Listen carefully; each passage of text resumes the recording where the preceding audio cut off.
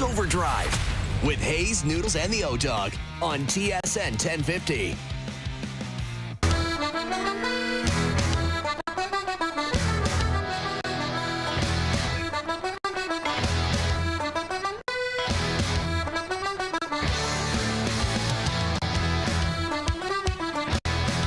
All right, here we go. OverDrive off and running. TSN 1050 on the TSN app, your home smart speaker, up on TSN 4, up on YouTube Live. Brian Hayes, Dave Feschuk of the Toronto Star. Happy St. Paddy's Day to you, Dave. Same to you, my friend. And neither of us wearing any green. No. Now, I have an excuse, and I took some heat leaving my house today. Why are you wearing green? You got to wear something green. I was shooting some stuff. We have a green screen studio here. So I was shooting some stuff in that studio, and there is a clear-cut rule. You cannot wear green if you're in the green studio. Makes sense. Yeah, so that was the explanation. You, on the other hand, I don't know. You have no explanation whatsoever. I'm not a theme day guy. You're not a big theme guy? I hate Halloween. You hate Halloween. I legitimately hate it. Okay. I hate dressing up. I hated it as a kid. All I ever did was I just wore sports gear. I just wore like goalie mask. I love that. That was my thing, man. See, I have such an appreciation for someone who's consistent like that. Yeah. Like, no, I'm not just kidding as I got older. Like, I've always just never bought into this thing. Just never understood it. That's great. Yeah, you're a committed guy. Can't relate. Okay. Well, yeah, I guess it's funny because, like, the Leafs are in such a weird position right now, obviously, with where their season is at and what's been happening over the last week, and the trade deadline's now behind us, and Bobby McMahon's a superstar in Seattle, and Lawton and War getting in fights everywhere they go, and they're scoring. But they're going to be in the St. Pat's gear tonight. Yeah. Which I like it. I actually think it's pretty cool. Like, I appreciate that, you know, I guess they pay homage to the history of the team, to the city, and, you know, to be in the St. Pat's. And I think the colors are cool. I think they pop. You can only do it the one night. It's too over the top. It's a little bit too obnoxious for anything more than one night. It just, you know, it's weird to have like a different themed evening when I think most people that are going into the building tonight are going to watch Matthew Schaefer play. That's why you're going down to watch. Of course. You want to go see Schaefer play tonight. Yeah, you're right. And it only kind of underlines the things that Leaf fans start to say when the team goes sideways. You know, oh, green's the color they're wearing? Well, that sounds about right, you know, because they're all about one thing, the green. And they're going to make a lot of money tonight. Yeah. They sell a lot of St. Pat's gear down there. Right. They make a lot of money tonight. Yeah, they're not exactly. They're paying homage to the history. They're paying homage to profit. Yes, okay? they are. They're not giving it away for free. No, they're very good at paying homage to profit. It's not being sent back to Ireland or something like that. Exactly. Yeah. But you know what? But I like we're at that point though, Hayes, where you're right. Like people aren't pretending to care about the team anymore. They're in that cynical mode. Cynical, apathetic, call it what you want, resignation. But I get a ton of emails and comments and tweets and occasional phone call from the old schoolers on my voicemail at work. And it's basically like blow it up or rearrange the entire executive office or get Matthews out of there. He's no kind of captain, or William Nylander will never win anywhere. I mean, it's like, I think we're at that point. Like, it is crazy. It's extreme opinions now. It's extreme opinion moment. You're right. It is. Which, I mean, who am I to say anything about that? Right. Right. Like, generally speaking, that's kind of what we do here. But you're right. That's mainstream now. It is. It's gone mainstream. Yeah. It's almost like punk has gone mainstream. Right. You know, like it's a scenario where there's nobody happy. And at the same time, nobody is seeing straight because there's so much emotion in the fan base, in the marketplace right now. And I believe that would permeate through the team. They're going to say public. They always say, oh, we got a plan. No, we're not going to overreact. They're probably going to overreact. And I'm not sure they do have a plan because I think this has hit them so quickly. And I think the Matthews-Gudas incident last week, it was just like lighting a flame and throwing it into this gasoline pit that had already been kind of brewing. But everyone is itching for change, to your point. And this is where you can make mistakes. Oh, yeah. Like, this is where it's one thing for Joe Blow to yell and scream, you're allowed to. You go down to the building, you want to boo, you hate everybody, you want everyone gone, you want everyone fired.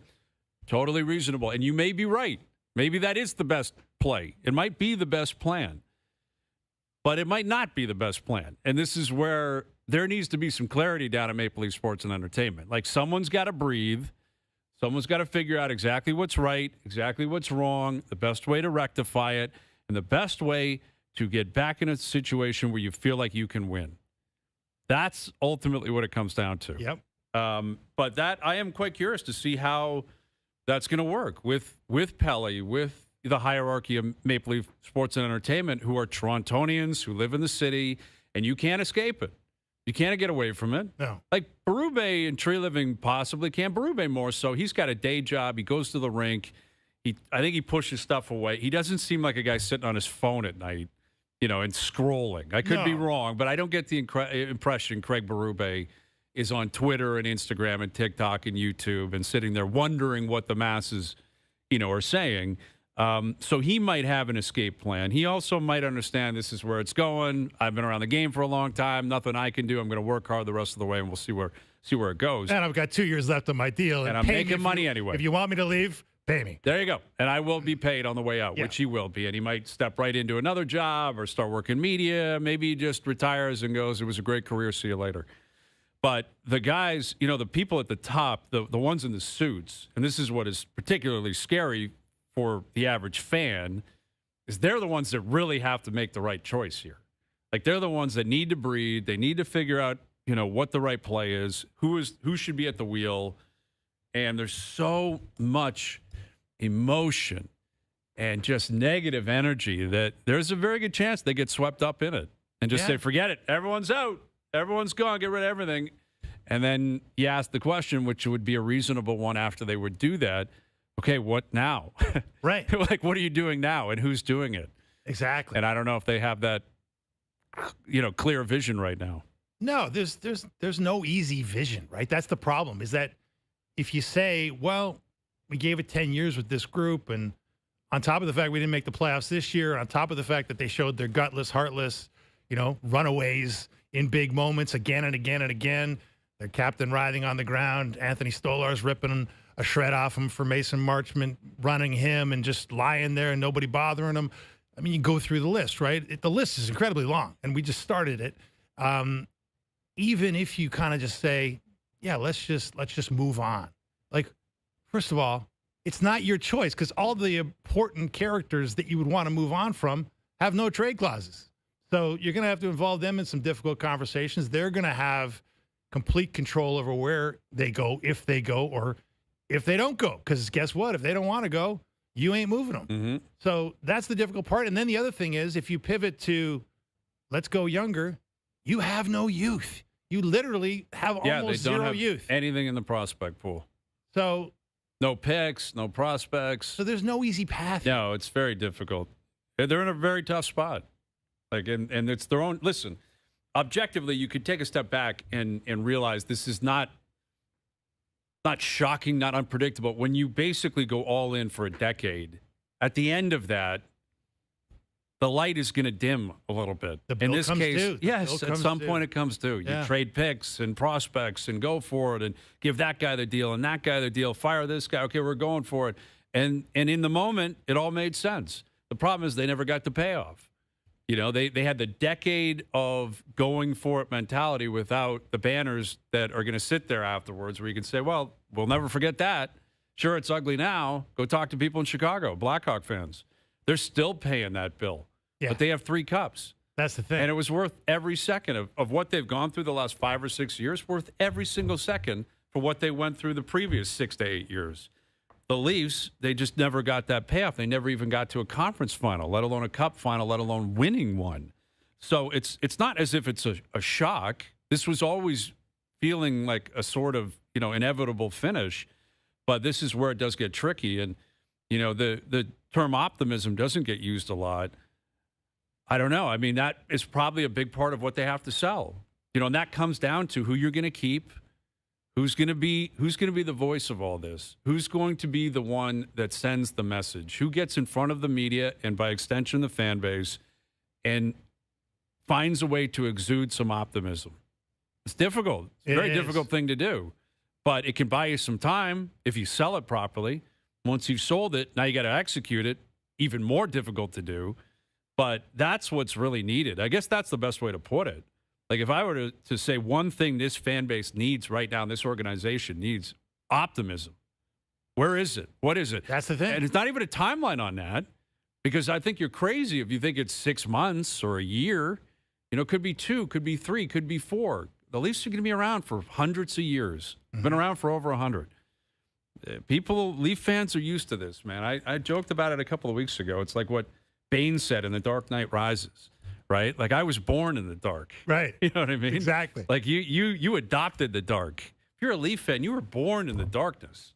You grew up in the 80s and you went through the 2006 to 2016 era. This is nothing. You've been through this. 100%. Yeah, you were born in the darkness. So And give Shanahan credit. He gave this fan base essentially a decade of what I would call maximum hope. Yes. There was always hope. Always. And right now it's obviously very different and everyone's pissed off and we'll see what they do the rest of the way because you have this top 5 pick hanging over them. And the irony of the Gudas stuff is that it might spark them into actually picking up some points and playing harder, which I think is going to happen. I mean, you have Matthews done for the year. Tanev hasn't been around for a long time. That's your number 1 center, number 1 defenseman. We'll see if Ekman-Larsson plays tonight. He'll be back if he doesn't go tonight.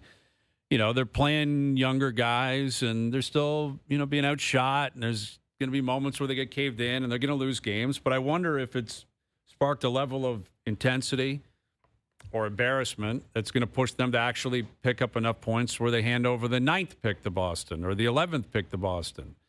And I guess we'll find that out over the final 14 or 15 games. But with the Islanders in town, it really is about Schaefer for me. Like, they've been a great story. Oh, incredible. Like, there's optimism, right? You hire Patrick Waugh. You have a goaltender who's been hot and cold throughout his career, but when he's hot, he's great. And that's what is happening this year, obviously, with Sorokin. And now you got Matthew Schaefer, who's the best 18-year-old defenseman probably since Bobby Orr. And I guess that's the sort of light at the end of the tunnel is, hey, they got that guy with a 3.5% chance of winning the lottery. Right. They were the 10th worst odds. Crazy. And here they are. Like, that transformed their team. A 3.5% shot. And what do you know? Suddenly, you've got the best puck-moving young guy going. How badly could the Leafs use that? Like, their lack of one good puck-moving defenseman is so incredible. They're dead last, Hayes. When you look at this, like, the indictment on Berube is they're not only dead last in spending time in the offensive zone, they're dead last in spending the most time in the defensive zone. Mm-hmm. Like, they're terrible on both sides. Like, they can't get it out. They can't keep it in. Yeah, it's crazy. I mean, we haven't, like, even Randy Carlyle I know. Didn't have that going on. Well, this is where, is the personnel an issue? Yes, of course. Like, they're just, you mentioned it, they don't have puck-moving defensemen. That's a pretty substantial issue in the NHL. It's major. It's a major issue. Matthews is hurt now. Prior to this, he has not played at the superstar level he's been at. In terms of the prime 4 or 5 years of the Nylander's career, this is clearly the worst year he's had. He's had injury problems, and he's been ice cold at different times. Tavares has taken a step back. There's a lot of different issues that this team has. But I can already sense the narrative coming, or at least the push, if MLSE decides we're keeping the GM and we're keeping the coach. To me, I don't see how you can explain keeping both. No. Because if it's not the coach's fault, then it's the players are so bad, and the GM's responsible for that. Right. Like, Brad Treliving has effectively placed all of these guys on this team, even the carryover players he's re-signed. Right? He signed, obviously, Matthews, Nylander, brought back Tavares. All of the defensemen outside of Morgan Riley are his guys. Yeah. Right? Or if they were acquired by Dubas, he re-signed them, Jake McCabe included. The goalies, again, Wall came up. He gave them the extension. He went out and got Stolarz. So if the issue is these players simply can't do it, then the GM has got to account for that. But if the GM is going to sit there and say, I'm telling you, I got a good enough players, I think I've done a good enough job, then the coach has got to account for it. Yeah. So it doesn't add up that both of them can be safe and it's just the players. It's one or the other. I mean, I'd be shocked if they brought back both. I mean, you just can't go status quo after a year like this. It's so ugly. You can't just say so it's a bad. blip. Oh, and Chris Tanev was hurt. Well, he's 36 and he puts himself through war every night out there. He's the closest thing to, self-inflicted harm that we've ever seen in the NHL. Like this guy he's absolutely fanatical about getting in front of pucks, and that takes a toll. I mean, and it had to happen at some point with Chris Tanev. The idea that you were betting on a D-core that was that old, I mean, that was brought up before the season, right? They didn't change one defenseman. Major risk, as much as they were really good last year, but the major risk, we talked about it a lot, was what's going to happen when all your D are basically 30, except for Brandon Carlo, who's 29. Yeah. And guess what? Bad things happen. Mm-hmm. They all had setback years to a degree. Ekman Larson probably notwithstanding, although he's been on the ice for a lot of 5-on-5 goals. Yes, he's not perfect. Not perfect. But he brought an edge, and he brought a little bit of puck moving. He skates better than most. All those things are great, but yeah, you're right. Like you can't have them both back. Like and by the way, we were saying this yesterday. Like all the sort of venom that was spit at Brendan Shanahan retrospectively for what he did in his lame duck year as team president when he was right. Go in, get him, pay it, go get Carlo, go get Lawton. A lot of people like Tree Living wears those. Tree Living wears the Carlo. Was pushing. Shanahan was right there, and he knew that it was now or never. I got to get to the conference final, or I'm out of a job. Pelly essentially told him that, and Pelly later on said that you had to advance to a conference final for Shanahan to be back. And so the idea that you bring Brad Treliving back in a lame duck year after you just spent all this time complaining about what happened when you had another executive in the lame duck year, you don't want that energy around of, I got to make it happen now or never. Guess what happens when you do that? Then you put yourself even in a worse position to move forward if you got to blow it all up. Yeah, it's a very difficult sales pitch, internally and externally. And your players are looking at it. I know no one wants to hear about what Matthews thinks or Nylander thinks. The fact is they have a big say. They're huge pillars of the organization, and they want to know. Now they're responsible for a lot of this, or some of it. They're part in it, and they have a huge chunk in terms of the pie chart in terms of player personnel. Best players, highest paid guys. They're responsible for not showing up in the biggest moments for a decade, not playing well enough this year. But when the dust settles, their voice is going to be heard. And I'd have to believe if the plan is we're keeping those two guys moving forward, then they're going to want to know what the hell is going on here. Wow. Who's coaching? Who's the GM? How are we going to improve this team? Like, I look at the Matthews stuff, and forever it was like, well, you only got this much time, and then his deal's up. And I actually look at it, almost as in the inverse now. Not as in, like, you got 2 years to win before he's gone. If the plan is you want him to be a Leaf for life, and I could get behind that plan, I think it's you got 2 years to prove to him why the next 7 or 8 are going to be worth it for him to stay. Yeah. Which may be, hey, we're not going to be that good, but we're going to reload the system. We're going to get bad deals off the books. We're going to, bring in the right coach. We're going to bring in the right GM. We're going to bring in a president of hockey operation. We're going to invest all this money into all these different areas. So I don't look at it necessarily as the clock is ticking before he leaves. I think it might be the clock is going to start on July 1st in 2 years. If you want to pitch to him, this is why we want you to stay around. Yeah. Because if you just go all in, and then he leaves, what the hell is that going to do for you? Where does that get you? Doing nothing. And that's the whole point. Like with Matthews, hugely important piece, obviously. Even when the dust settles, beloved Maple Leaf, he's taking his lumps right now, even though he's hurt.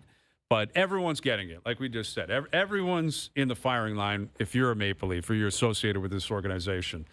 But when the dust settles, he's still an incredibly important piece, captain, still their best player. And if he wants to be here and he wants to win at some point in his career, which could be another 10 or 12 years, why does it have to be in the next 2? Yeah. Like, why is there it expires in 2, he's retiring in 2 years? Like, if you tell him, hey, it might take 5, is he going to walk? He might. But if it's going to take 5, it's going to take 5. Like, that's what it's going to take, with or without Austin Matthews. You can't cut corners on trying to win a Stanley Cup. That would be my pitch to him. Yeah. Just blatantly honest with him. Love you to be here. We'd love you to stick around. We think you can be an important piece, a leader. Can't guarantee anything in the next 2 years. And by the way, after we gave you some pretty friendly deals there, how about you cut us a deal? Yeah, and I think that probably is coming, especially if the last 2 years are indicative of the kind of stats he's going to put up in the next 2 years. But that's further down the road. But let's be honest here, like, you know what's happening behind the scenes. Like, if I thought it was interesting that the biggest slapback in the Ratko Gudas Matthews situation came from who? Matthews' agent, right? Right. He was by far went on the record. He was the heavyweight. Yes. In the equation. And he happens to be Connor McDavid's agent too. And Connor's all of a sudden speaking up out in Edmonton. Yeah. You notice that? Yeah, it's funny how that works. Funny how that. But I might if that's Judd Moldaver on the record, imagine what Judd Moldaver's like off the record behind the scenes. I'm sure he's making his voice heard. He's making his voice and heard. Representing Matthews. Yes. You would think. I mean, he's speaking for his client. Right. He's the kind of guy who will raise holy hell if things aren't going his client's way. Yeah. Which is what you're supposed to do. That's what agents are supposed to do. So absolutely. So the question is, so he's going to be asking those questions. And it's going to come down to this, Hayes. It's going to come down to, is the voice that you're talking about, the voice who is charting this path, charting this future, trying to calm these waters that are choppy right now, is that voice credible? Is that voice believable? Does that voice have substance to it? Or is that just another salesman that you really can't buy that is saying stuff that's not realistic? And that's what Keith Pelly, in my view, is charged with putting in place right now. Like, he's got to get somebody running this thing that people can buy into. Because the only thing you can sell right now is that voice. You don't have young guys to sell. No. You don't have hope to sell, and you don't have winning to sell. You're not selling winning, you're not selling hope. You've got to sell something down the road, and you've got to have the person in charge be believable and credible in selling that vision. Yep, absolutely. Speaking of McDavid, some big news this afternoon. Leon Draisaitl announced out for the regular season, the rest of the regular season. They got 14 games left. Did not say anything about the playoffs, but I think that makes it at least a question mark. Will he be back even for game one? You know, like if the injury is substantial enough where he's done, where they are not a lock to make the playoffs. No. They're 4 points up right now. They got a few teams chasing them. They're Connor Ingram. They've already committed to him as the number one, which is a pretty wild statement by Knobloch. I think it's reasonable based on the way, all these parties have played. Ingram, who's been decent. Jari's been horrendous. As bad as it gets in terms of goaltending statistics. It's just the aura of Jari out there is really bad. There's been reports that maybe Stan Bowman even tried to flip him before the deadline. He just acquired him. Good luck. Crazy. You're stuck with him now. 5.3. Yeah, you're stuck with him. 3 more years. He's there for the rest of his career unless you buy him out or you send him to the minors. And even that, there's just, minor reprieve. But Draisaitl out, that is a huge, huge hit. And what it does is put even more pressure on a guy who's probably facing more pressure than anyone else in pro sports right now. Yeah. And that's Connor McDavid. And, we talk about the Hart Trophy, and I somewhat infamously said I'm not sure he'll win one again a few months ago. This actually, first thing I thought of was this is on a platter for him to go take the Hart now. Yeah. Like if he, final 14 games, they win 8 or 9 of them, punch his ticket, he plays 25, 26 minutes, puts up massive numbers, gets them into the playoffs, maybe home ice. They're still chasing the division without Leon. He might end up taking this thing, right? Like it's been McKinnon's for a while, but McKinnon is pissed off every single time I see him speak. They got pumped by Pittsburgh last night. He's calling out his team. He's talking about the new bodies in here. They're sloppy. They haven't been very good. Yeah, Nick Waugh was -2. Yeah, lost like 7-2. McKinnon was not happy, and he has not been happy recently. Kucherov has been great. I think when you're not happy and you got 97 points. Yeah, I know. And you're that's one thing. You're talking Colorado. Colorado, they've got 97 points. When you're not happy and you're Connor McDavid and you got 75 points and you're barely clinging, not barely clinging, but you don't exactly have a massive buffer here. Not a lot of breathing room. They don't have a lot of breathing room with Draisaitl going out for the final 14 games. I mean, it's a bit of a different reality, right? 100%. And the point you're making is interesting because wouldn't it be something if McDavid has to kind of, go crazy for these final 14 games? Absolutely, to your point, like play way more than he should and do way more than he should and carry way more weight than he should, and he does it. And you give him the Hart, but then he's exhausted. Well, I'm looking at the screen right now. The odds are changing on the fly. Is that Joe from the Bridge doing that or FanDuel? Because I swear McDavid was just plus 1,100 and it's already moved. You're It's moving the line. I think the live odds are actually changing as we're talking about it. So you can see it up on TV and up on YouTube Live. McKinnon's still minus 260 to win the Hart. I think that's reasonable. Again, he's still got great numbers. He's been the best player on the best team all year. Although Dallas is right on their heels now. There's no guarantee they win the division and that top seed or the President's Trophy. Celebrini plus 340. I've made my case for him many times. They're still in the hunt. They're right there knocking on the door to make the playoffs. If they get in, he finishes with 115 points, and he's got 65 more points than anyone else on his team. I think you can make a very compelling case for that. Kucherov plus 500, McDavid plus 850. McDavid at plus 850 with Draisaitl going down. There's a fork in the road because it could drag the team down. Obviously, if they miss the playoffs, you're out. You're not even going to be up for the Hart, let alone win it. If you just get in, it may not be enough for you to win it. But I'm telling you, if Draisaitl's out, McDavid goes nuclear here and drags them to like the top of that division, which is within reach because Vegas hasn't been great. Anaheim's got its flaws. He could snatch a Hart trophy here. You're not He wrong. could absolutely snatch a Hart trophy. I mean, the division is there for the taking. They're 2 points back at Anaheim. Exactly. They could 100% finish in the top seed. It's right there, and Anaheim's got a negative goal differential. They can't defend. Their goaltenders aren't great, like statistically. I mean, now, Edmonton's got the worst goaltending in the West, according to save percentage. Same problem. Same problem. So, yeah, you're right. It's an interesting race, but you know, if you're McDavid, you're sitting there going, wait a second, I gave these guys a hometown discount, probably one of the nicest discounts in the history of the league. Relatively speaking, I think better, more than any other ever. To take what he took, and it's the old agent thing. Like, what do agents always tell guys about hometown discounts? You have to be confident that the money you leave on the table will be spent wisely. Can Connor McDavid say that? Tristan Jarry's got his money.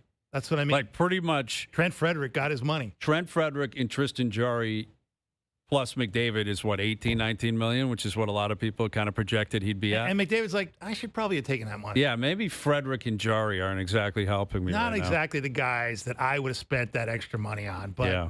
No, I mean, trouble, my bank man. account's in good shape, but listen, this Stan team Bowman, is not. Stan Bowman was a gamble. Like they won in Chicago, but a lot of that team was set when he got there and took over. And by the end, again, it went south. Yeah. You know, and understandably, they had won their cups. And it's not that he didn't do a really good job at times, clearly, managing that team in Chicago. But when they hired him, it was a gamble.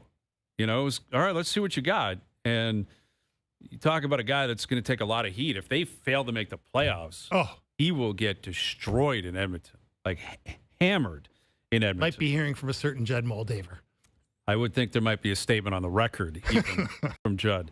All right, Duffy coming up. We've got the Islanders Leafs tonight on TSN 4. I'm on the panel. Noodles is on the panel tonight. Cheryl's on the panel tonight, so we look forward to that. Catch up with JD. We got Johnny coming up from the rink as well. Confirmed or deny in about an hour. Dave Feschuk in here. I'm Brian Hayes. OverDrive continues. TSN 1050 and up on TSN 4.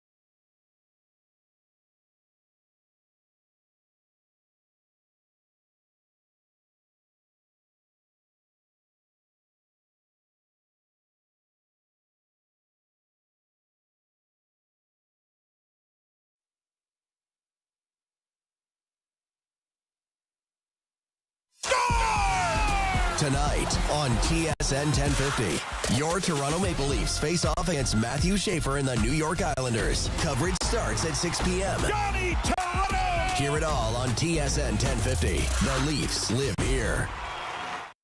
Now, back to OverDrive with Hayes, Noodles, and the O-Dog. But now we're bound for old St. John's where all the girls are dancing eve away. And me jolly boys, we're all bound away. All right, OverDrive continues, powered by FanDuel. Brian Hayes, Dave Feschuk. We got JD in here, James Duthie, wearing green, which is nice. Yeah, I was going to put a green suit on, but I thought that was a little much. Yeah, I was going to wear green. I was telling Dave I was doing stuff in the green screen studio. So there was one rule in that studio. What, are you filming an Avengers movie? Or No, I was doing a Sports Center thing. Oh. Every once in a while, we really mix it up over there. Right. And the one rule is you can't wear green. Oh, Obviously. because of the greens? Yeah. I've only been in there one time. We did a soccer game in there. That's the Very only time cool. I've ever been in there. Very cool stuff. Right. Yeah, very cool stuff.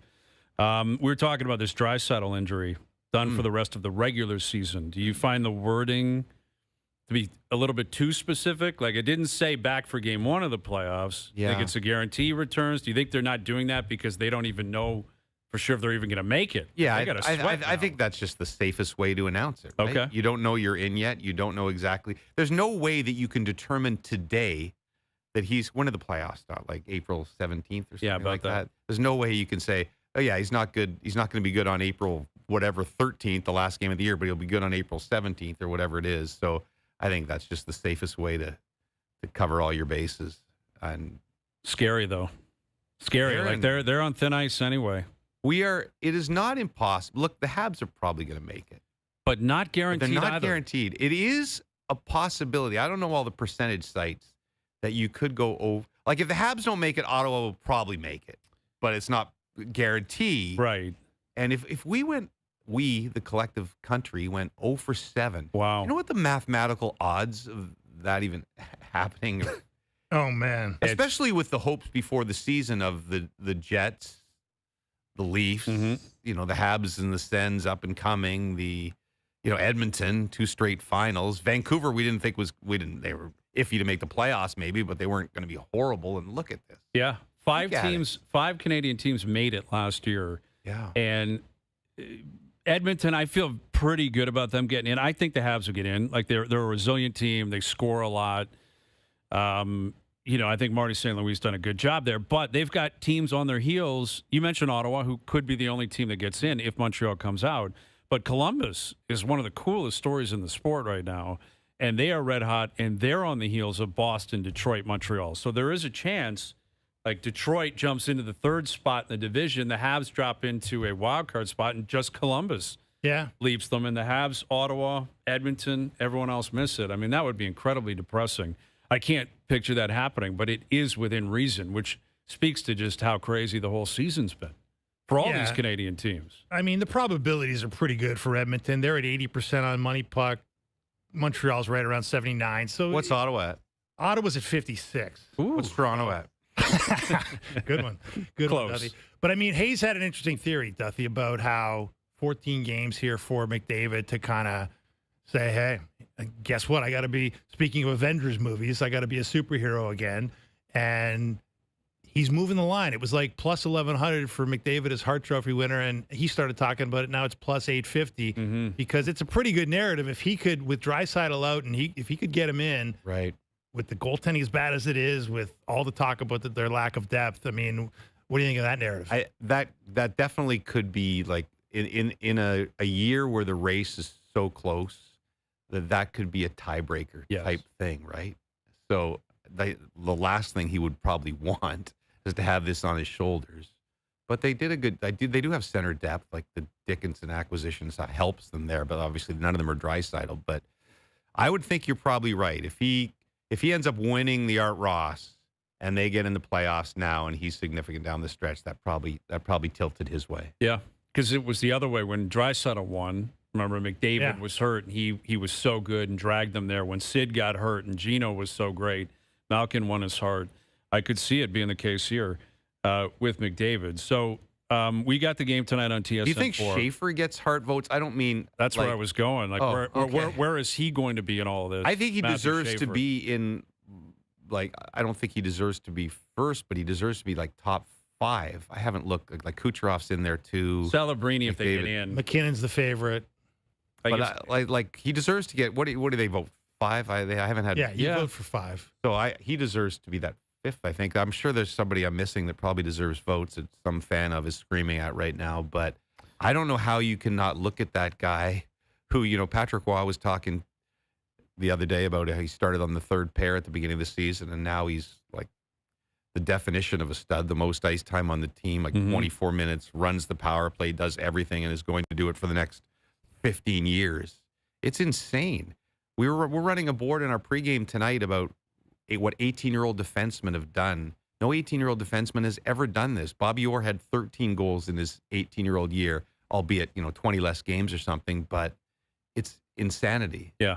And it's fantastic to watch. And it just reminds you of what winning a lottery, how it can just change everything for a franchise. The Islanders were, Patrick Waugh gave them some sort of status there, but they were just kind of mulling around, right? It's one of those teams that was just getting in or just missing. And now everything completely changes with one guy. So I want to ask you about this Doug Armstrong story. For those of you not familiar, he was the GM of the national team, obviously, at the Olympic Games. They won silver. He had a contract that expired after the Olympics. I didn't realize they signed contracts with Hockey Canada. Obviously, they do. And Hockey Canada issued a statement saying that Doug informed them he would be focusing on his position with the St. Louis Blues, although he's segueing away from being the GM in St. Louis and will no longer be the head of this program. I kind of get the impression when I read that it's kind of a, I'm out, but also we're okay with you leaving kind of situation. Because if you don't win, you're probably not coming back. And they made a unique scenario to put him in that position. If you consider when the NHLers arrived in 98. In 98, it was Bobby Clark who was running the operation. In 02 and 06, it was Gretzky. In 10 and 14, it was Yzerman. Those were all-time great players who played for the national team. And then Armstrong, who came in, who was simply an executive. I'm not downplaying his contributions or his resume, but he's not a player, not in the Hall of Fame as a player. I think they revert back to the Gretzkys, the Yzermans, the Clarks. So who would that be? Well, I wonder if in 4 years, like Chris Pronger's a name that is out there a lot. Would Pronger want to do it? He would fit that mold. Like, he's done it all, and he's won everything, and he's been at the top of it. I think it's important to have a guy who can speak to the country, and everyone knows who he is. I think Sid could very well still be playing in 4 years, but if he retired that's the 3 guy years right there. from now, would he be the GM right away? Would he want that right away? Would he want to understudy under somebody for one Olympic? Gretzky played 98. In 02, he was the guy. Why can't Sid do that? Let's say he retires in 2 years. No, I mean, I think he would be perfect for it, and he'd put great people around him and everything. Let's sign him up for 28. No, when are we going back? 30 and 34. I'd still like to see him play. You think he'll be at the World Cup in 2 years? I think he'll be at the World Cup for sure. I'm not sure about the Olympics in 4 years, though. I wouldn't put it by him. I mean, the guy's in just ridiculous. This year's been, a revelation of what he can do at that age. 4 years is going to be pushing it to be at that level, and that's the pace of the game they're playing right now. But if there's anybody that can do it, he'll just figure out a way to contribute on the third or fourth line or something like that, right? Yeah, I think you're right. I think he'll probably play, but he would be the guy. But it's interesting how you look at that team from that executive team, though, from this Olympics, and it's there are no all-time great players, right? It was Doug Armstrong and all his assistants, Julien Brisebois, Jim Nill, Don Sweeney, Kyle Dubas. But maybe not a great ex-player among them. But maybe there wasn't one wanting to do it now, and Doug had been around for a long time. I don't know. He's been part since what? 2010. He was I know one of the hugging shots. I think it's Gretzky hugging in 2010 after they win his hugging Doug Armstrong up at the ball. He was an assistant then, so he's been with the program forever. But yeah, maybe they're just like, I don't know, a Sakic. Maybe there's one. There's one. Now again, it's nerve-wracking because it's more work on your plate. Mm-hmm. If you lose in overtime, it's like, well, why'd you do that? You lose in overtime where you played great and you win silver, and people are like, all right, you're out. That's not going to work for us. Well, yeah, but it can't like go. there's huge amounts of pressure, but it can't go worse than a win for Gretzky in 06, right? I mean, so. But he had 02 that he could always say, "Hey, I got that one first." That was a huge one. That was a big one. When did Gretz retire? 99, 2000? Yes. 99, yeah. So there was, even there was a little bit of a gap, though. There was like a 2-year kind of thing there. Like if Sid, let's say, if Sid retired, he'll just be barely retired to take over that job, which I don't know. Knowing Sid, I might think he might want to, I don't know if he'd want to grab it by the reins right away because you're kind of taking a bit of a risk and you've never done this before. Right. Right. So that'd be fascinating, though. The nation would demand it, though. He strikes me as the guy, like, of all the ex-players that sort of is so analytical, lives the game to the point where this is all he really cares about. He did do it. He could do it for the next 5 Olympics. Yeah. Like, right? I mean, he'd be the guy you'd pick, right? Like, he's, universally respected. Never been a question about his work ethic or his intellect on and off the ice. So, yeah, he'd be a shoo-in for sure. I would think they're probably going to try to get someone to do it in 28 and then in 30, like with the World Cup coming in 28. But, we'll see. James Duthie in studio. George Parros speaking down at the GM meetings. And, man, Parros is anyone that's got this job, like whoever's the head of the Department of Player Safety, has constantly got a target on his back. Like, I think sometimes we lose sight of that collectively, the hockey world. Like, hate this, revisit, redo it. You're not going to be happy with the next person either. Because there's a chance they go completely the other way, like over-the-top suspensions. I don't want to live in a world like that. Like, I in a weird way, I guess I'm going to stand on an island here and somehow throw a bone to George Parros. I don't think he's perfect. I think there's way too many inconsistencies. But I don't want a scenario where every play is a 10-game suspension, 15 games, 20 games. That's not a world I want to live in. Well, I think, where McDavid was talking about the other day about the system being flawed, like, the whole thing is not really about the guy doing it. And you can criticize him and justifiably in certain cases for decisions, but it's all about the whole PA thing and these appeals and the fact that the PA never wants long suspensions and has never wanted long suspensions. And so that it's the whole system at play that has to be changed. It doesn't matter who the guy is at the top of this thing. I mean, it matters maybe in a small way, but you're right. It's the most thankless job out there. And look, I've criticized some of his decisions too. He's actually a fantastic guy away from, like, if you want to have a beer with a guy, he's incredibly bright. Mm-hmm. Princeton dude who was a fighter, funny as heck. I got stories from him in my book because he's a hilarious storyteller.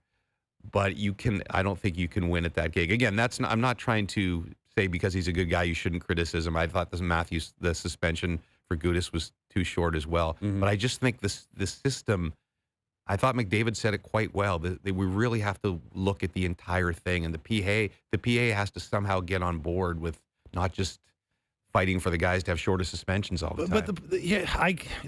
I mean, this goes back to Mario Lemieux and the Garage League stuff. This goes back way before this generation. And the bottom line is the PA represents both characters. They represent the perpetrator and the victim in these scenarios, right? Mm-hmm. So to your point, Hayes, they're with you. They don't want long suspensions because A, it takes money out of the pocket of the player and into the emergency fund.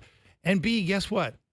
Neither does the league. If Gary Bettman thought George Parros was doing a bad job, George Parros wouldn't have the job. Mm-hmm. Okay. So like when I saw George Parros stand up in front of the microphone today, he was oozing confidence. Like, he's like, yeah, we'd be happy to improve if there's a need for it. Big if, yeah. Essentially. Exactly. Like, we got everything covered here. Like he said, we'd be willing to evolve if we need to. Like, they don't think they need to. Well, I also think that they probably look at the league today, especially, the elder statesmen of the league who played in the 60s, 70s, 80s, 90s, or were watching the game or covering the game or working for the league at that point, realize it's incredibly soft now. There's not that much that happens. The Gudas knee was a bad knee. Any era, that's a bad knee, and there should be retribution, and there should absolutely be a suspension that comes with that. There isn't crazy stuff happening in the game anymore. There's not line brawls and stick swinging. No, they've mostly taken out the predatory headshots. It's nothing happens anymore. So what are you really that concerned about? Like, I take more umbrage with, like, the inconsistencies of goaltender interference. It's not George Parros' job, right? Like, that's something I'd like them to have more clarity on. How the hell did you determine that was goaltending interference, but the next night the same play isn't? That's frustrating to me. But there isn't enough infraction in the league and sport now that's embarrassing for the brand. The other thing is the ones that stick out now, obviously, are the ones where, in the Matthews case, so the player's out for the year. And I don't know, would it have been different if the Leafs were in the middle of a playoff race right now? Would they have looked at it differently? What I'm saying is that player's out for the year, and everybody goes, well, how can Gudas only get 5 games when this player's out for the year? But the problem with the eye for an eye thing, which is what I think fans want in general, if you were to take a poll, majority, is that then there's certain hits where a guy just absolutely, again, doesn't happen very often anymore, will devastate a guy, terrible hit, and the guy's not hurt, and then you go, okay, well, he only hits a game or two. It doesn't make also the outcome doesn't always fit the crime. You know what they also don't want is McDavid to knee Radko Gudas. And Gudas is done for the year. So, McDavid, you're done for the year. Exactly. Like, that gets lost. It's easy to look at Gudas and say, forget that guy, get him out. Mm-hmm. At times, superstars do stupid stuff. You want them out for 25 games because a fourth-line player's injured? I don't think so. Yeah, I don't think you want that plan. And I wonder what players are saying, other than the players. Obviously, when it's your team involved, you want the guy suspended for longer. Of course. When it's Matthews. But the rest of the players in the league, it would be interesting to see like a player poll on whether they think suspensions are too short or too long. Well, maybe we can fire that up. No, yeah. Why don't you get on that? I'll get on that. Brian Hayes player poll. I'm doing it. Survey 400 by tomorrow. I'll make the calls. I'm on it. All right, JD, we'll catch you on the panel tonight. Looking forward to having you. This is, I think, a first time ever. I always like the unique panel combinations. Yes. I don't think we've had a Hayes, Noodles, Pounder ever on the panel. Never. So this is television history. Absolutely. Wow. Like the tiniest, smallest bit of history that no one will ever remember, but television history nonetheless. Looking forward to it. I'm coming for that belt, man. And I'm going to muck that thing up, too. It's going to be a disaster. Calling his shot. Coming for that It belt was tonight. Filthy. Like you saw that last week? I saw it, and I don't appreciate the belt the home, you came back. It was absolutely filthy. It wasn't me. It was disgusting. I'll fire something up tonight. Don't you worry. There's James Duthie. OverDrive continues up on YouTube Live.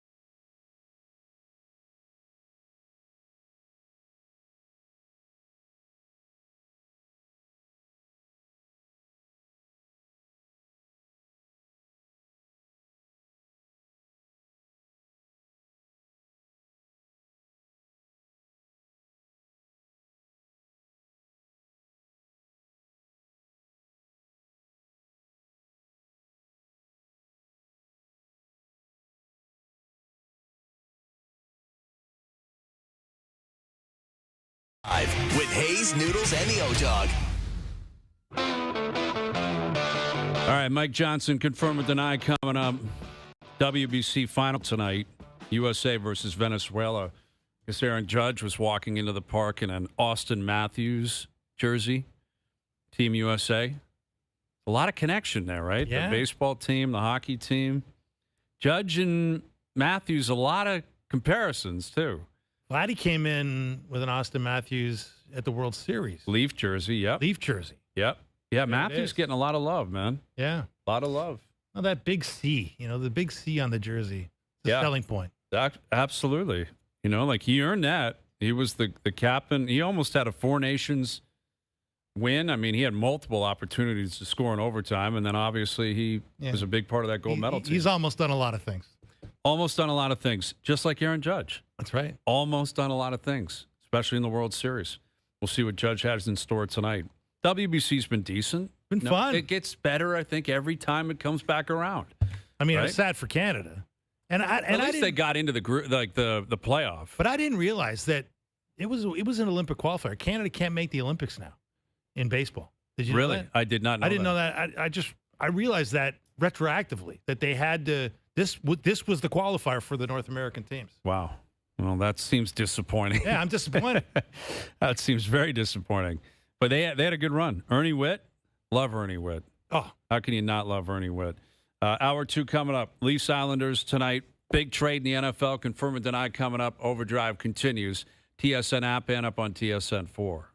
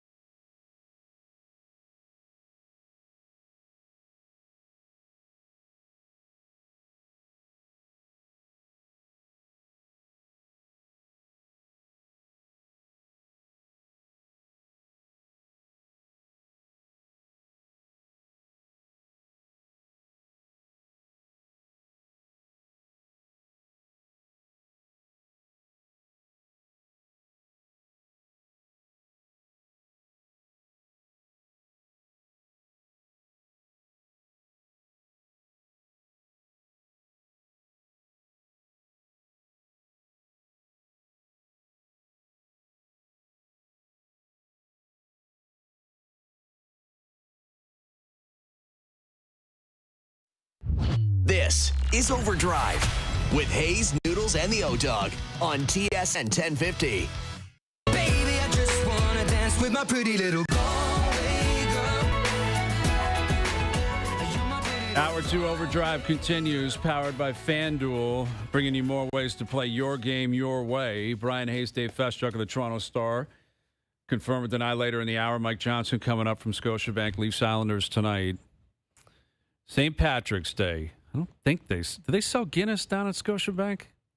I mean, I don't know if they do or I've not. never seen it down there.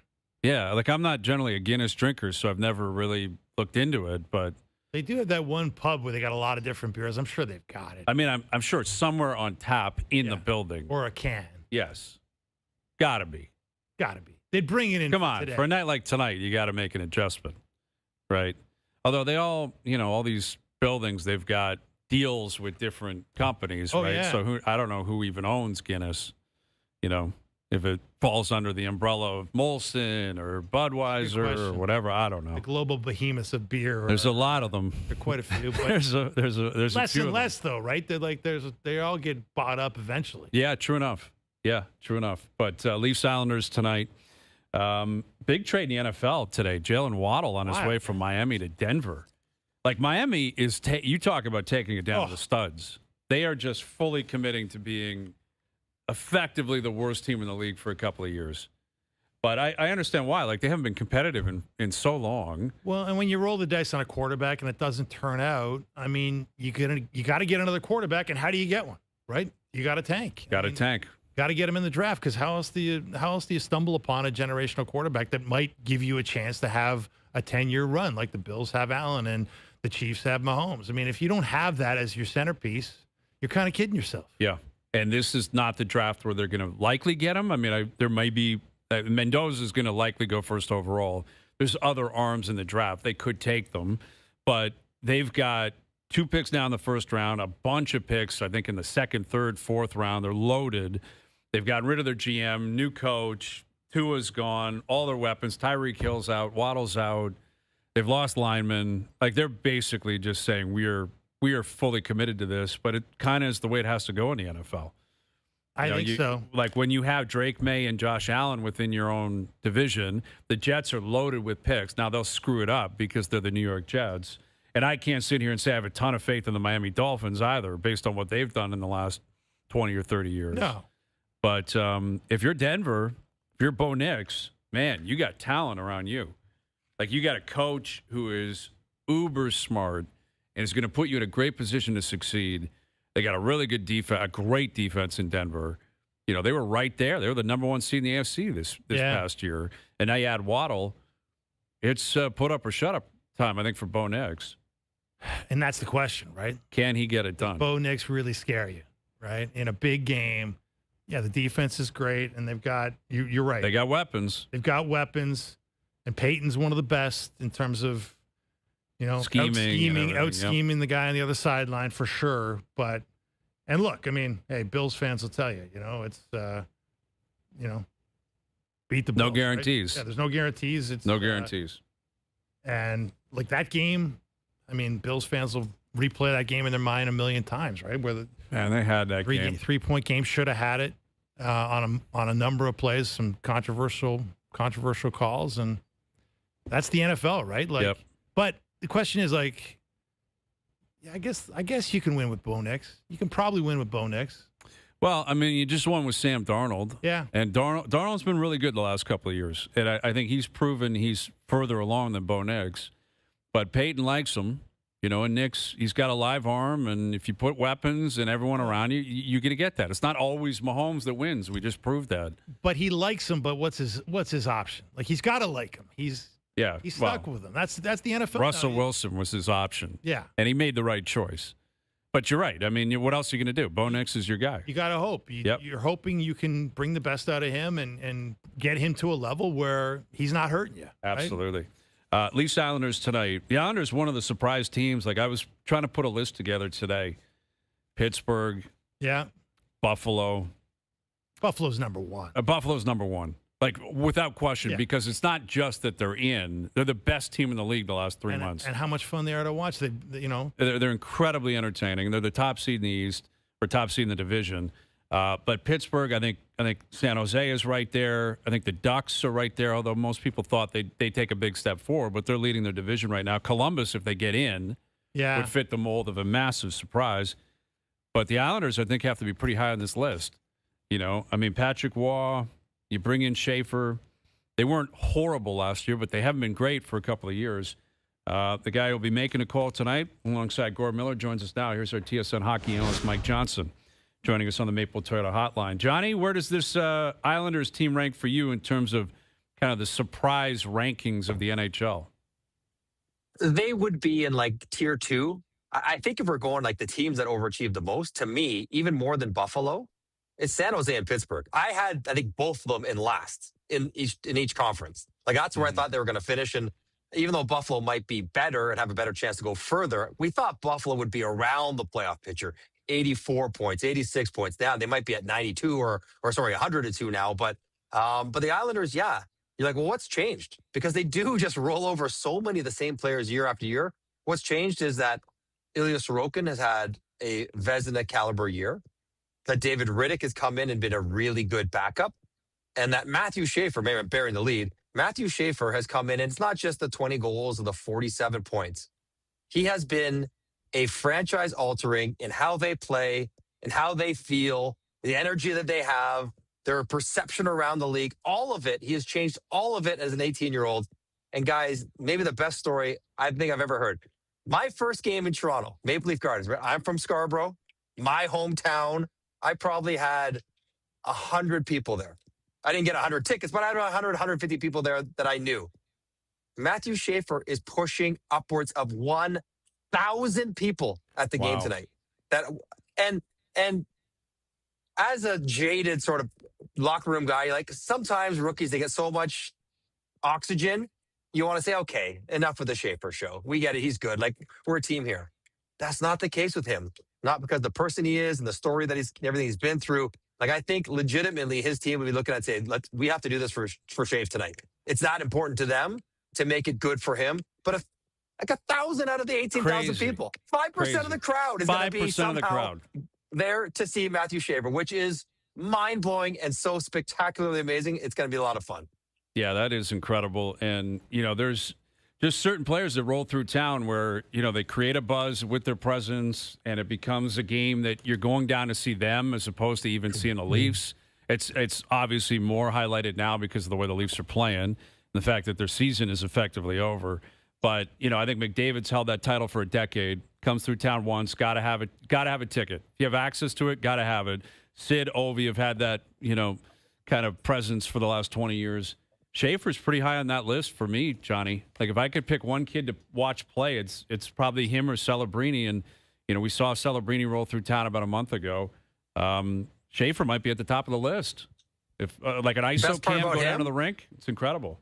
You want to watch him? You get to watch him for 27 minutes. He's going to be out there for half the game. He's, whatever he is, 14th in the league in average minutes, 24-something as a rookie. Tonight, I'm sure if it's a close game, he'll play 27 or more. As Patrick Waugh, maybe the right coach to play a superstar young player, to let him do his thing, be aggressive, live with his mistakes. But yeah, he's amazing to watch. He's that good. And to think he only played 17 games last year with the injury and everything else, he's been an incredible story. MJ, we were talking about the Leafs, and Hayes and I were saying, it's tough to sell winning right now, and maybe even winning next year. It's tough to sell hope because you don't have the young guys. And yet you look at the Islanders as sort of a team where what would happen, let's just say the Leafs, theoretically, you could somehow get Matthew Schaefer next year. Like, how much in your mind would one good young or great young puck-moving defenseman make a difference on this Maple Leaf team? I mean, if you could put Matthew Schaefer on their team, it would make a massive difference. Of course, offensively, transition, breakouts, all those things. But it almost feels like there's two separate conversations going on around Toronto right now. One is, can they bounce back and be Boston? Can they turn it around and be the Islanders? Yes, they can do that with the same group next year. Absolutely, they can. You think so? But I'm not going to suggest. Yeah, for sure. For sure they could. If their goaltending plays really well, if they have better health, they're going to change their team a little bit, for sure. But I'm not mistaking the Islanders or the Penguins for a Stanley Cup contender. That's an entirely different conversation. And I do think the Leafs for the last 3-4 years have warranted being considered a Stanley Cup contender. I know they never got there, and I know they struggled those big games, and there may be some reasons why that we're sort of identifying after the fact, but they were legitimately good enough to go multiple rounds and challenge for a cup. Scraping into the playoffs in 8th spot, doing what the Boston Bruins this year are doing, the Leafs could do that, but that's not a cup-winning team. So I'm not exactly sure what the objective is. If it's to get to the playoffs, they could do that with the core as is and nibbling around the edges and things falling into place better. But to be a cup contender again, that is a far larger project for them to take.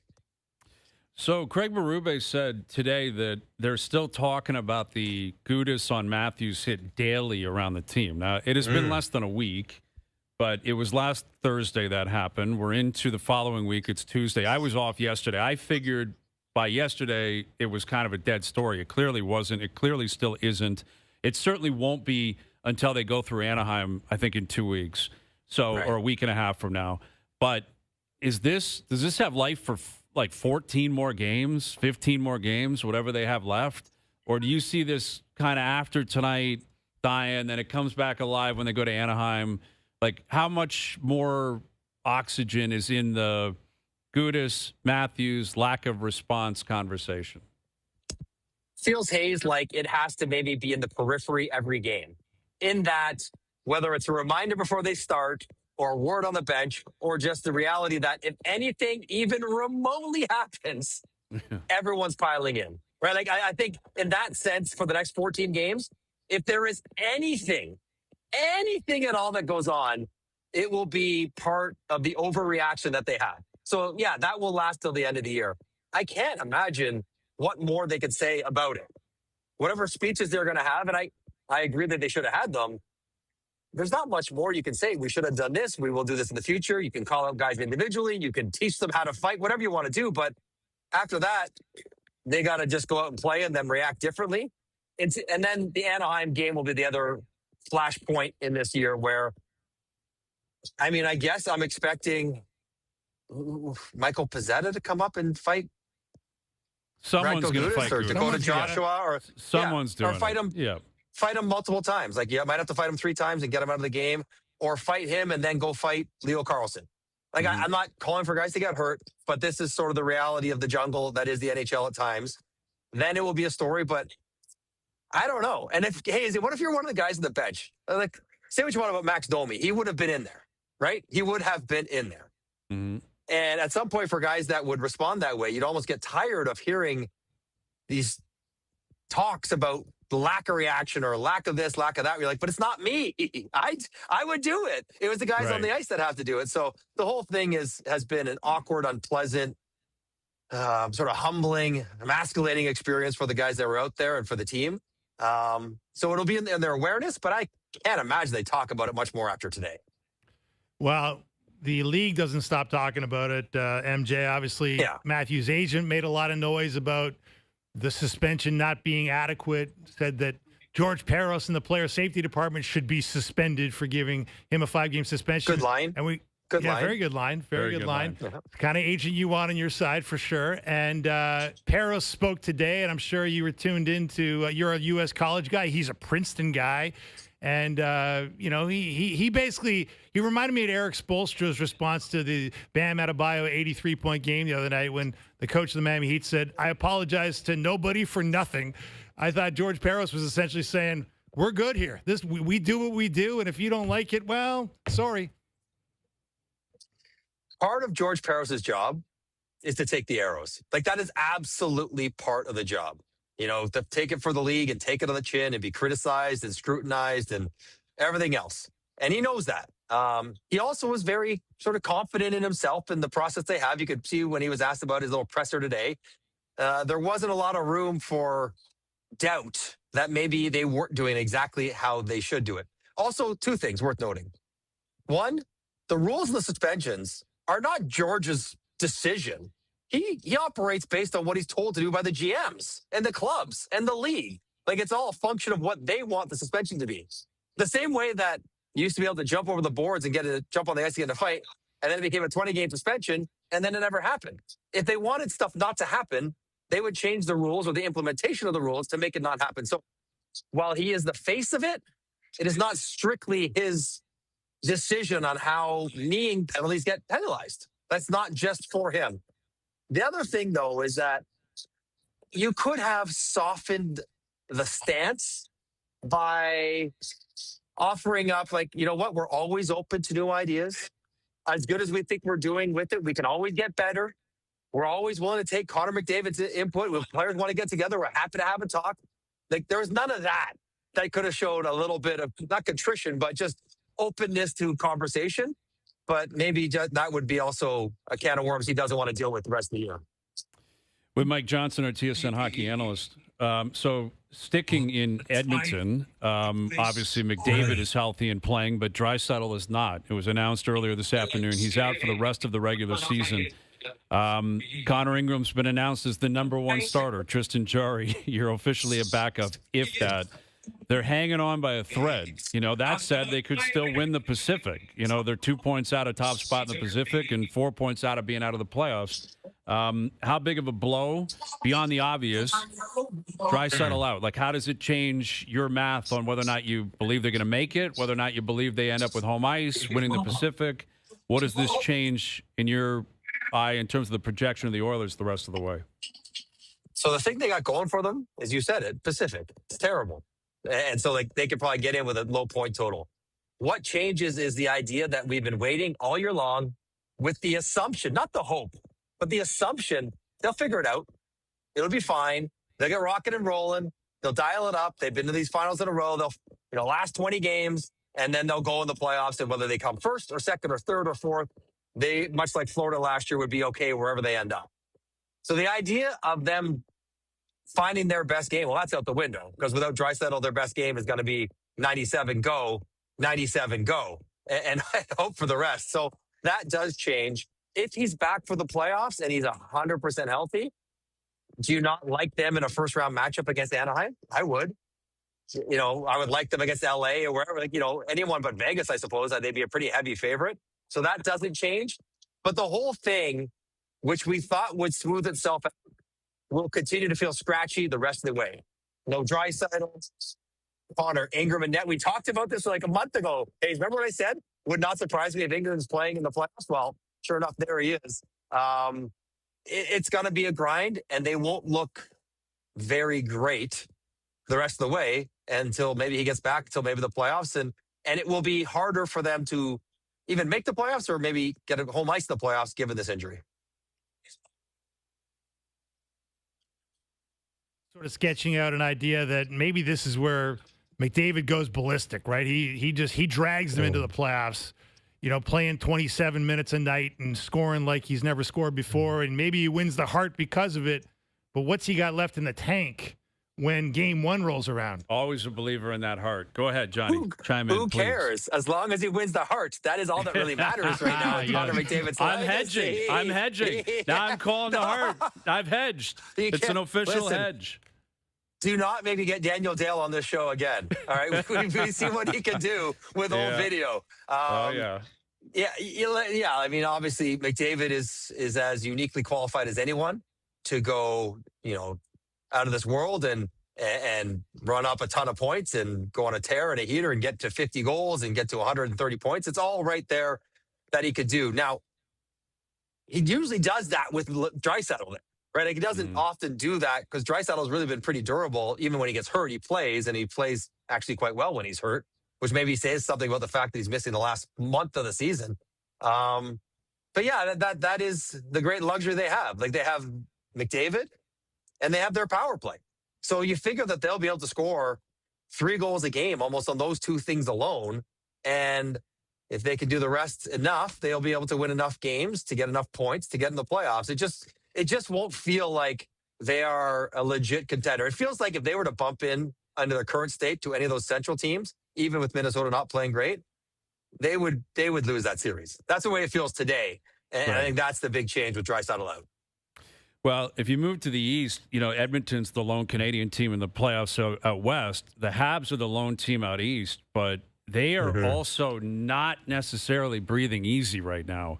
Like, Columbus is chugging, Ottawa is chugging, And the Habs have Boston in town tonight. They're at Detroit on Thursday. And those are the two teams directly behind them within the division. You know, even Tampa's not exactly breathing easy right now. Like, this is a real race. But, Marty St. Louis healthy scratch Brendan Gallagher a couple nights ago, first time in his career.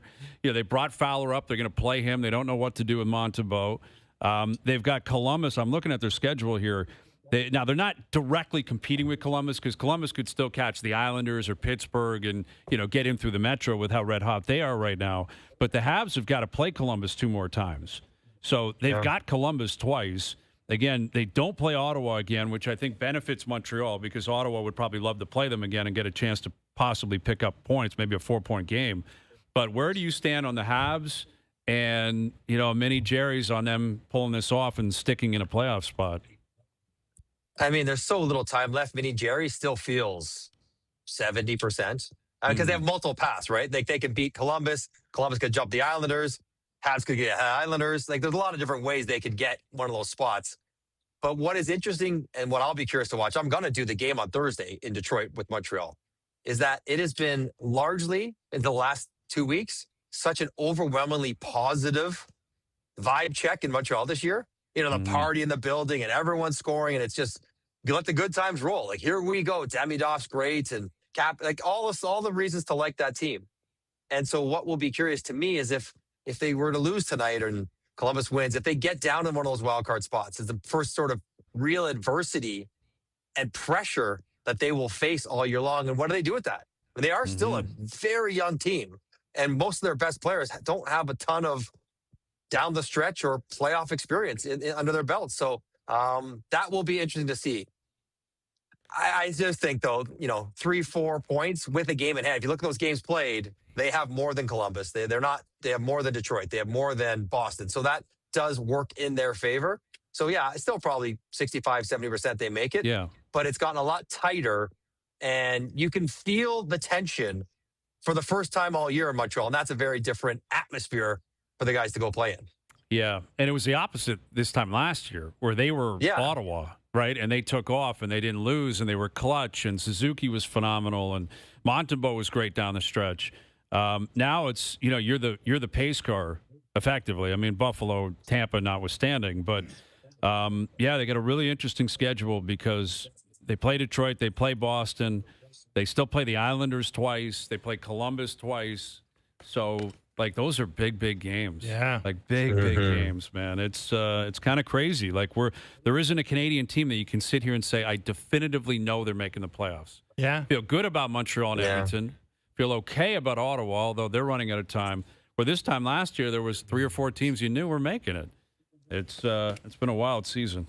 Speaking of, one more thing before you go, MJ. We had a conversation. Yeah. Doug Armstrong basically saying, hey, it's over for me as, the chief player picker of Team Canada, and we're looking at the World Cup in 2028 and then an Olympics after that. Is there a name that pops to mind for you? Hayes made the point that it's, the history of Canadian hockey's been great players running it, from Bobby Clark to Wayne Gretzky to Steve Yzerman. Right. Armstrong was an outlier. Who pops to mind for you as the man that might be good for 2028, 2030? I mean, I saw you guys kicking around Sid. I feel like he would be too near removed. He'll probably be playing. And if we know Sid, he probably would say, I don't want that. I'm not ready for it. He might be on the advisory board, like Ryan Getzlaff was on the Olympic Advisory Committee, but he wouldn't be the head of it, right? He might be, a support staff. To me, it feels like Jim Nill. He's been around it a lot, a guy like that who's put together some pretty good teams, who understands how Hockey Canada operates and what those international tournaments are like. You're going to hate Kyle Dubas. He's been involved a lot. The World Championships, Four Nations, That'll be Olympics. Wild. Yeah, he's synonymous with excellence. I hate to do it to you. Synonymous. Doing a good job this year. I think he's your Jim Gregory winner this year. Very close. He might win to the GM of the year. Yeah, he might. Well, you know what, Fess? You say tongue-in-cheek synonymous with excellence. I think he did win the Calder Cup with the Marlies. Celebrated very loudly. Yes, he did. Listen, I'm not going to punish you. I never won the Calder Cup. Celebrate as loud as you want. Who cares? Don't be too cool for school like Fess might be. I got no problem with that. And with what the Leafs might be embarking on, Fess, you might be longing for those crappy Dubas days in the next couple of years. Right? I mean, let's be serious here. The team, they didn't win, but they were pretty good when he was running them. Yeah. Pretty good. All right, we're going Dubas running show. Let's go for pretty good in Team Canada 2028. Pretty good will do for us. Let's get Dubas running the whole operation. Would you like to pick Fess? Who would you pick? I like Nil. I'm with you. I like Nil. Yeah. I mean, I'd go with experience. I mean, Jim Nill won in Detroit, but he didn't win. He hasn't won in Dallas, Jim Nill. Like, what does he want? He won in Detroit, but he was Ken Holland's assistant when they were winning. Yeah, big Julien Brisebois. I mean, Brisebois, yeah. Yeah, Brisebois right there, too. Let's get a former player. Just make it, because it's more about being a spokesman. It's not tough to pick this team.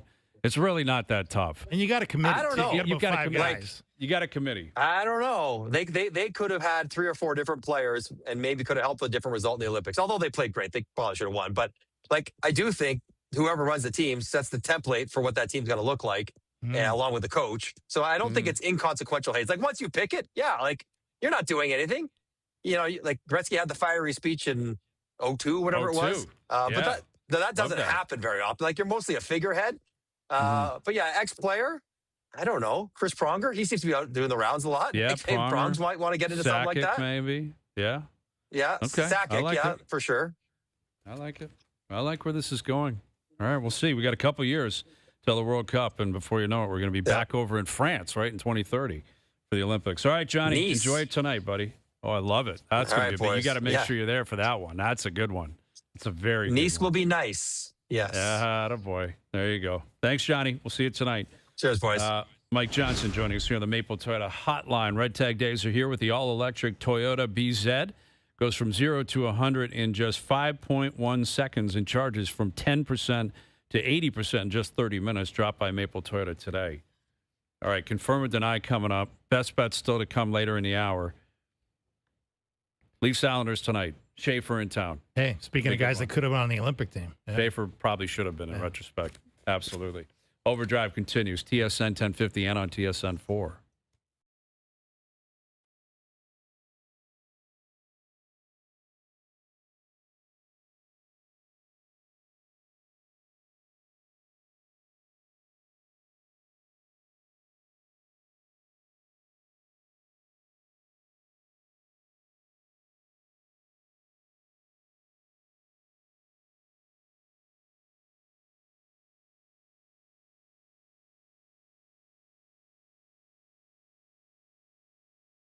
He wanted to dance. Team Dunstone. The heartbreak kid no more. Represents Canada against a stacked field of the world's best curlers.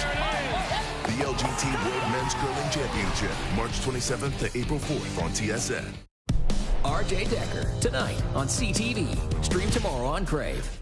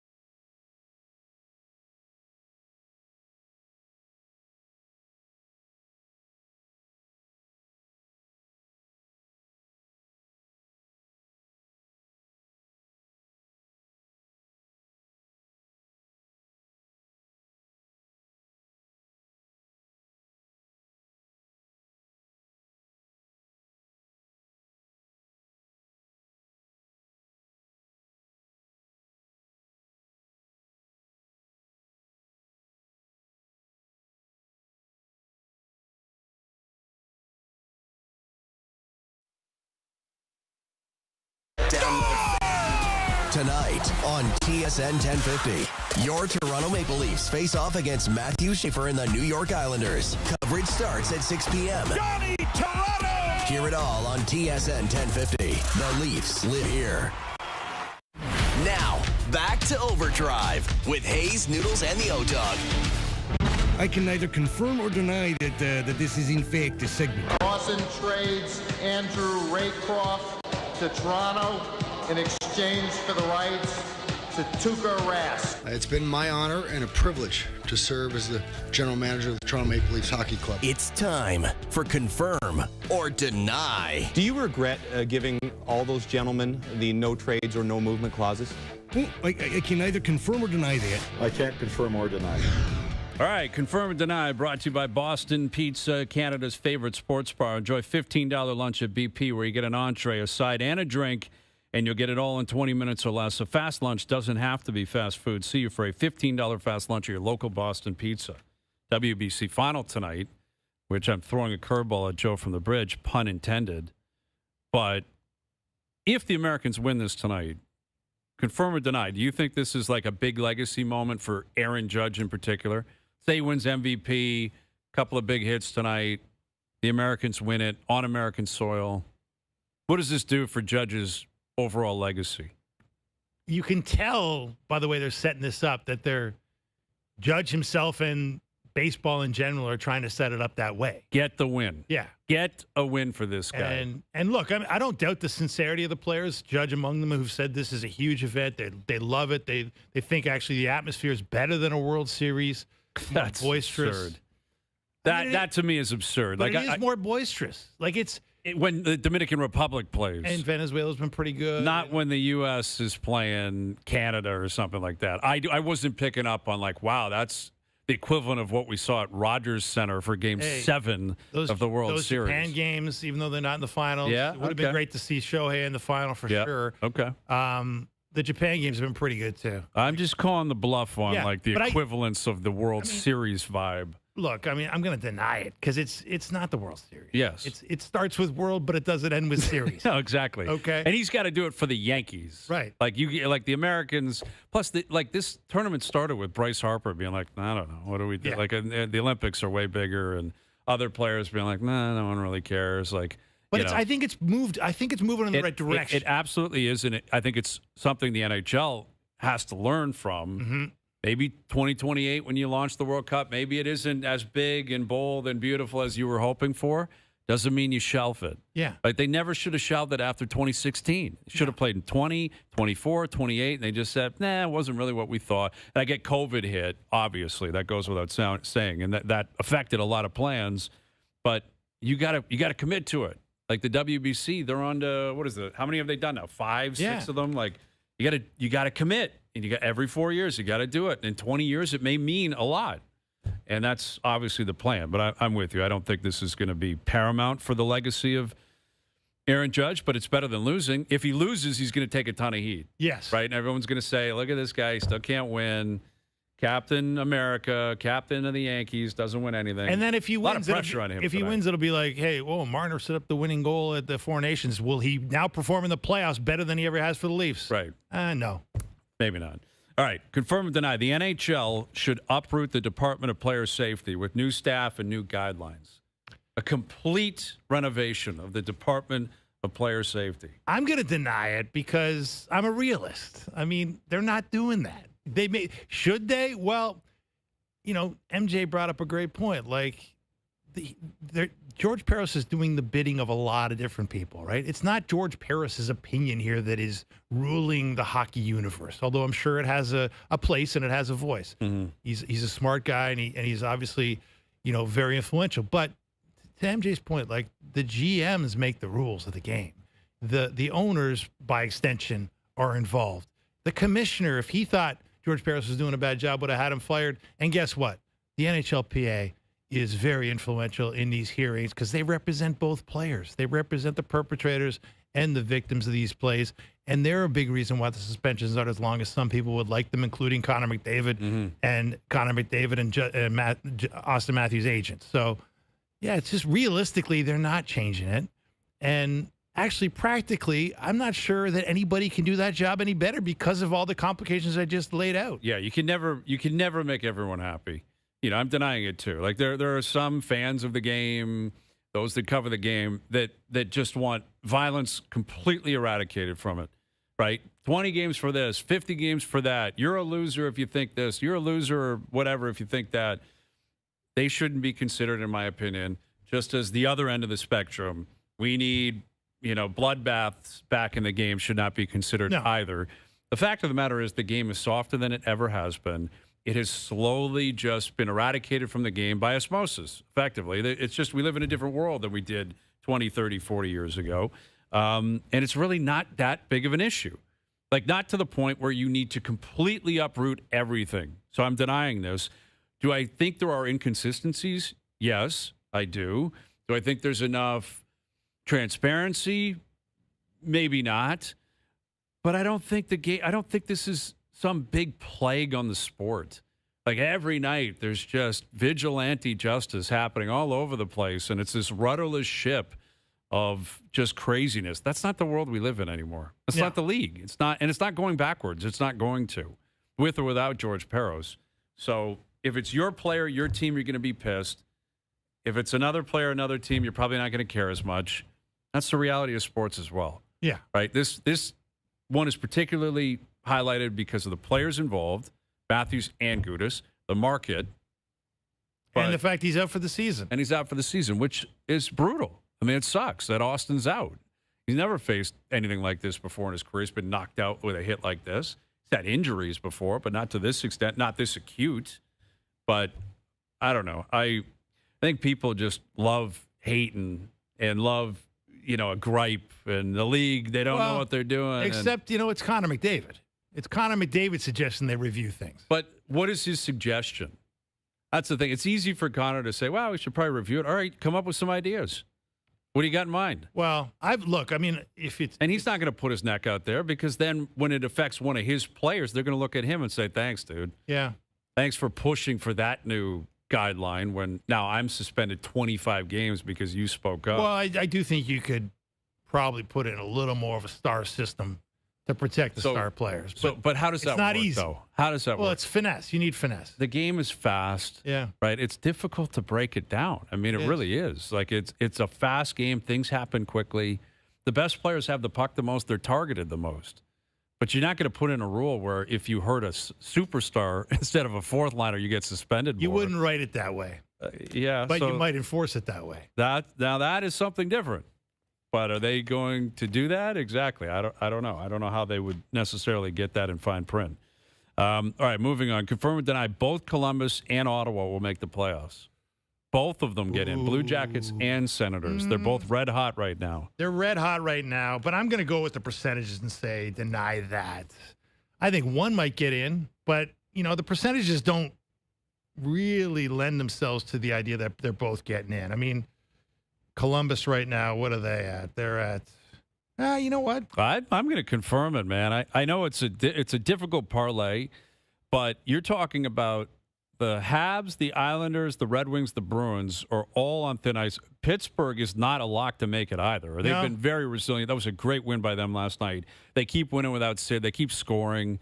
It's a great story, but they got 15 games to go. Yeah. If they're 5 or 6 games, and that's a little bit different, there's still enough points up for grabs to either win or lose, where I think you can see some jockeying of positions.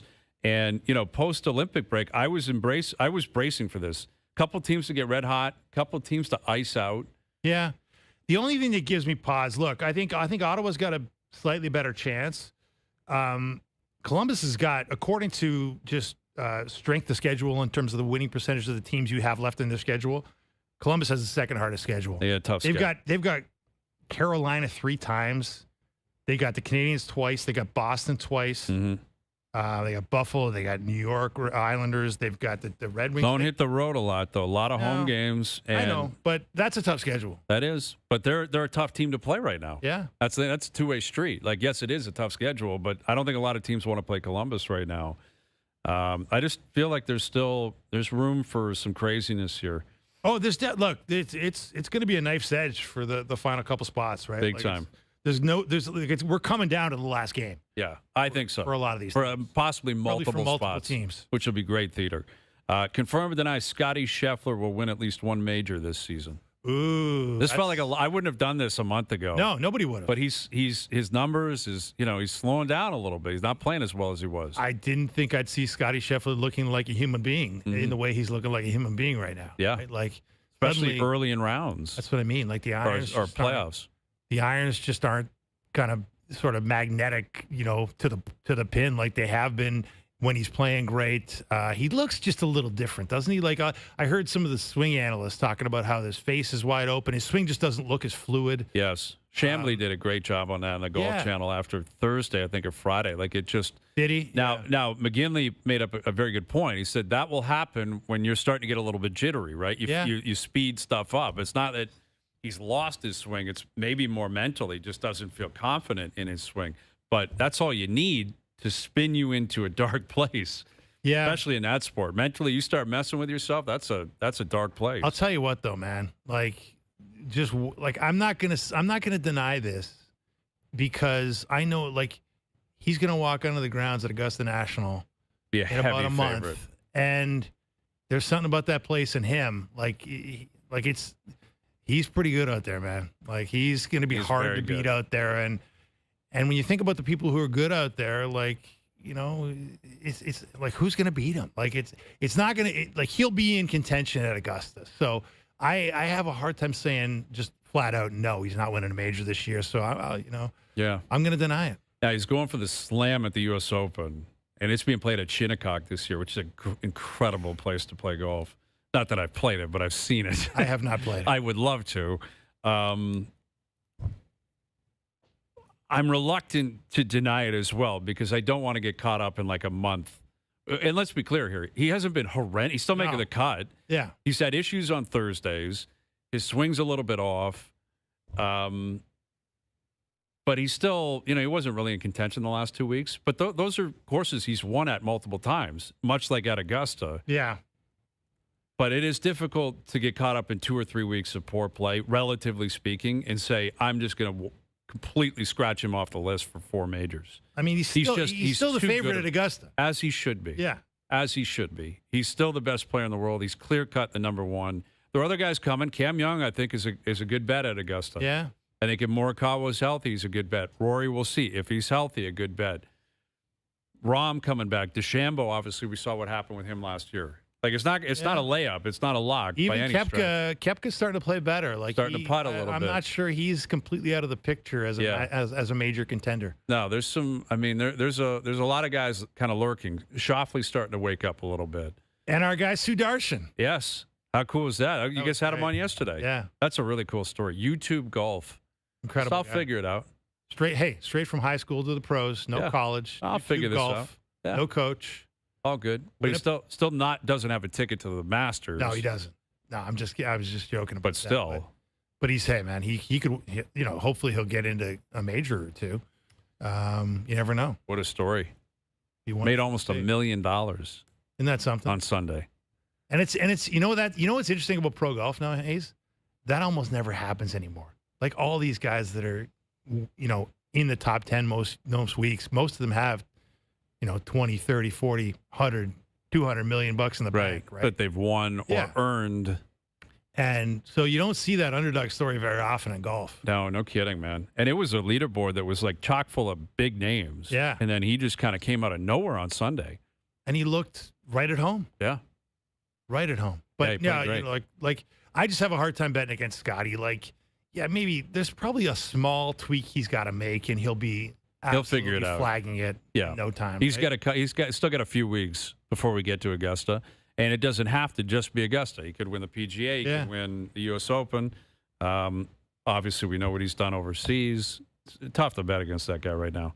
Last one, confirm or deny after the trade today, the Denver Broncos are the team to beat in the AFC. Oh, Bills Mafia is up in arms. What are you talking about? Listen, the Bills, I don't know.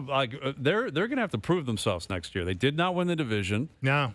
We'll see what they do at the draft. Their GM's been taking a lot of heat there. Joe Brady, I'm curious. I don't know what that's going to look like. I don't know if they got the right coach. I'm not saying they got the wrong one, We'll see. He's never been a head coach in the NFL. You're right. It could go south on them when I'm pretty confident in what Sean Payton's going to bring to the table. Yeah, and the bottom line was, you could quibble with McDermott about a lot of things, and I know some of our colleagues here. Carlo is one of his biggest critics. Our pal Koliakovo hammered him regularly, and rightly so at times. But he was beloved in that locker room, dude. Like, and the they won. Loved him. They played hard for him. Yeah, they didn't quit on him. That defense generally got better every single year as the year went on. And you worry about that. You're right. Like that is. But am I ready to confirm the Broncos as the favorite? Number one seed last year. They're better on paper now than they were at the end of last season. I guess you know what? It's going to have to be an underdog story for the Bills. I think it is a confirm. I think they are the favorite. I mean, New England's the one that was in the Super Bowl, but they have to prove themselves again with the way the Super Bowl played out. They had an the easy pathway schedule, they had, the easiest schedule in the league. I'm going to confirm it. I think at this point, the number one seed is Denver. They're in a tough division, but that defense is young and stout and really good. Peyton's really good. Nick's is good enough clearly to win games, and they got more talent. I think it is the Broncos right now.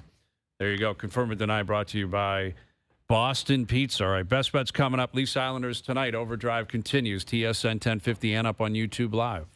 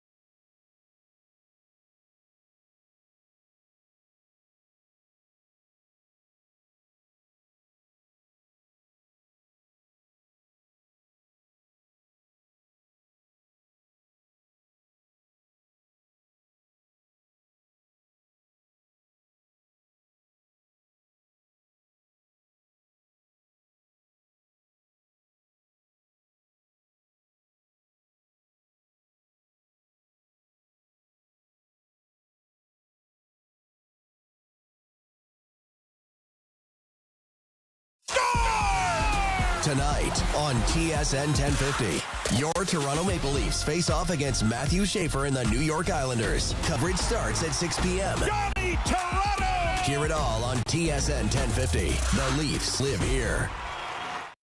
Now, back to OverDrive with Hayes, Noodles, and the O-Dog. Don't be shy, shy, shy. All right, Best Bets powered by FanDuel. Make your picks and assemble a same-game parlay in seconds on the FanDuel Sportsbook app. Leafs Islanders tonight. Totals at 5.5. You're getting actually plus money on the under. I'm kind of leaning the under tonight.